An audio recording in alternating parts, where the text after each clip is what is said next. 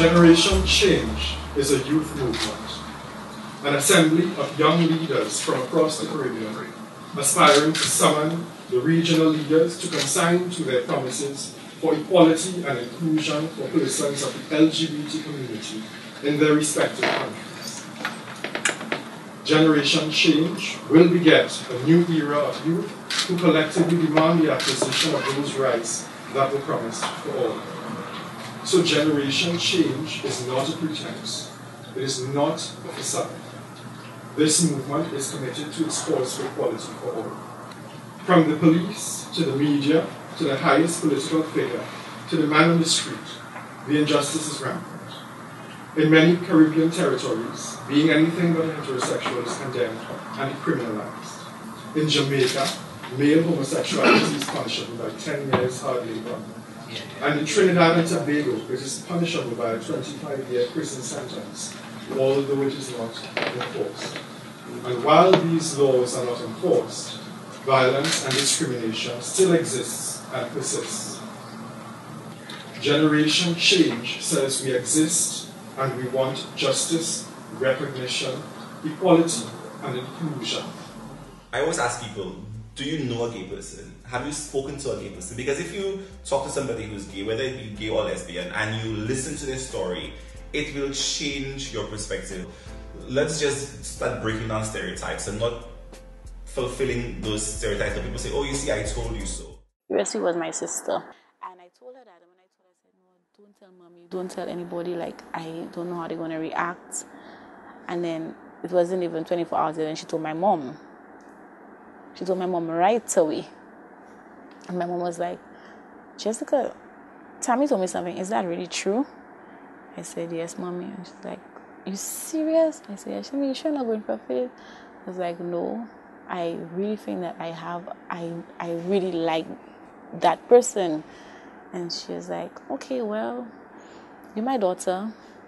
I cannot make your choices for you. That's not the best. I don't think that's the best thing for you. I wouldn't want that for you. But I guess I have to accept it. I'll always love you, and I'll accept you as you are. St. Lucia's first and only LGBT organization, United and Strong, was formed in 2001 in response to the HIV/AIDS epidemic to reach men sleeping with men. However, UNS has always worked actively with women sleeping with women. The organization officially targets persons 25 to 50 years old due to societal attitudes that link pedophilia and homosexuality and stymies our efforts with allusions to recruiting youth. However, we are aware of the gaps in services and work is in progress to tailor services for young people.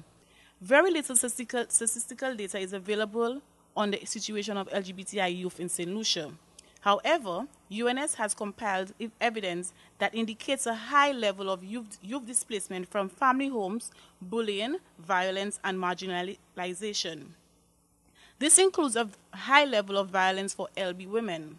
Many counter threats of corruptive rape by engaging in a bisexual or down low lifestyle.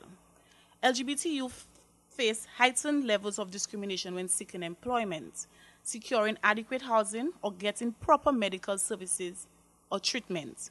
UNS has received reports of young women facing dismissal from their jobs for not adhering to feminine norms of dress. Young men attacked in public because of their perceived sexual orientation.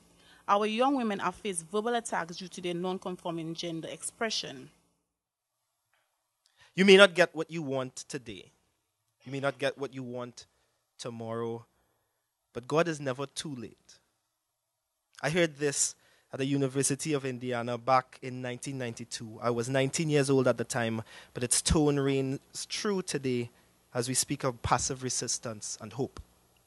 When I speak of resistance in the region, it may not make the news media most times like the litigation in Guyana, Belize, or Jamaica, nor would the communities recognize it as such. Resistance starts with the simple act of coming out of the closet and burning it for firewood. It's running away from home, from your father, the pastor, after years of family violence. It's about taking a stand in St. Lucia or Jamaica, or simply being in a carnival, or living in a gully and turning to begging and turning to sex work. Resistance exists in the form of pageants. In one case, when opponents threatened to protest a pageant called Miss Gay Goddess Belize, The organizers simply shifted location from one side of the country to the next, and the LGBT individuals showed up. The right to expression will not be denied. For me, public backlashes are a century-old tradition, and litigation is a strategy to increase visibility and transform an issue into a national priority among politicians. It allows opponents to legitimize concerns of community violence, hate, and public bigotry. Without opponents, there can be neither dialogue nor motivation from social or legislative change. A cultural revolution is taking place that tells me that change is coming. Our challenge as a region is to build leadership capacity, to create national structures, and skillfully use platforms for issues like HIV and AIDS, crime and violence, gender issues, sexual and reproductive health, and development planning as intersecting issues to advance our cause. Generation change will be led by few, but it will be transformed by the many. Our governments in this region have yet to define their sovereign responsibility to its LGBT citizens. It is time we give them a call to do so. We are one in dignity and rights. If I digress, it's not intentional, but the love I possess is not conventional. But I think I found it. And I intend to put my life and heart and soul around it.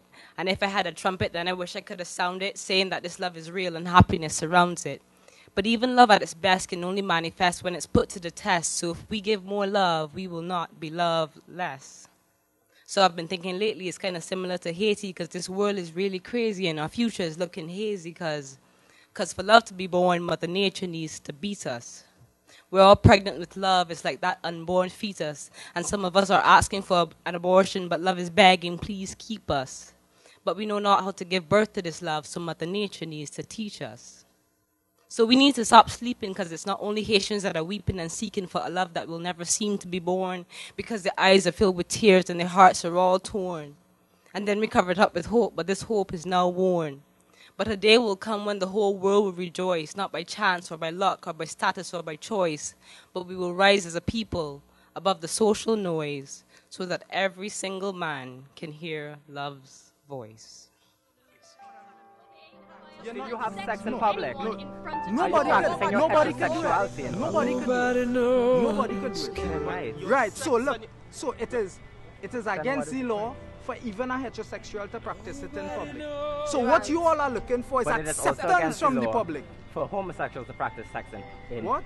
Private. I want them to understand their kids are their kids, and they should love their kids no matter what. They should be out there fighting for their kids and speaking up for equality. And if the parents could take on the mantle of crusader to make things right for their kids, things would change really quickly. It's not a choice someone makes. To be part of the LGBT community, it's who you are. And if everyone would understand that, I think things would move along a little quicker.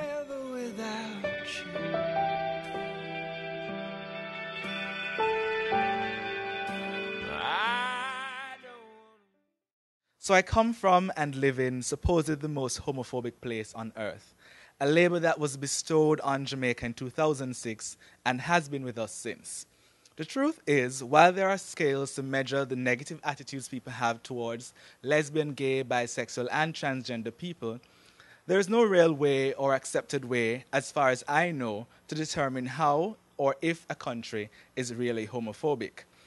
If you think about it, with all that is happening and has been happening around the world, one can't help but wonder how Jamaica came to be so characterized. The situation begs the question: what classifies a country as being the most homophobic? Is it the murder of LGBT people in one of the most murderous countries in the world? Is it the vast number of LGBT people who have sought asylum in USA, Canada, UK, Netherlands, and other countries? Is it the existence of an antiquated piece of legislation that peers into the bedrooms of consenting adults? Or is it the strident activism of an anti-gay movement that uses propaganda and misuses information to limit the freedoms, rights, dignity, and humanity of Jamaicans who are LGBT? I will leave you to answer that question because I don't have the slightest clue. There is a fairly large community of LGBT people living in a drainage in the city's business community. A teen was murdered last year in July for merely dressing as a gender he or she is most comfortable presenting him or herself as. My friend who is transgender was denied entry to a soca party this year because the security said no cross-dressers are allowed. In all of this, an LGBT person's experience is compounded by their socioeconomic status in the society, therefore making it extremely difficult for those who cannot afford to live and navigate in less hostile spaces.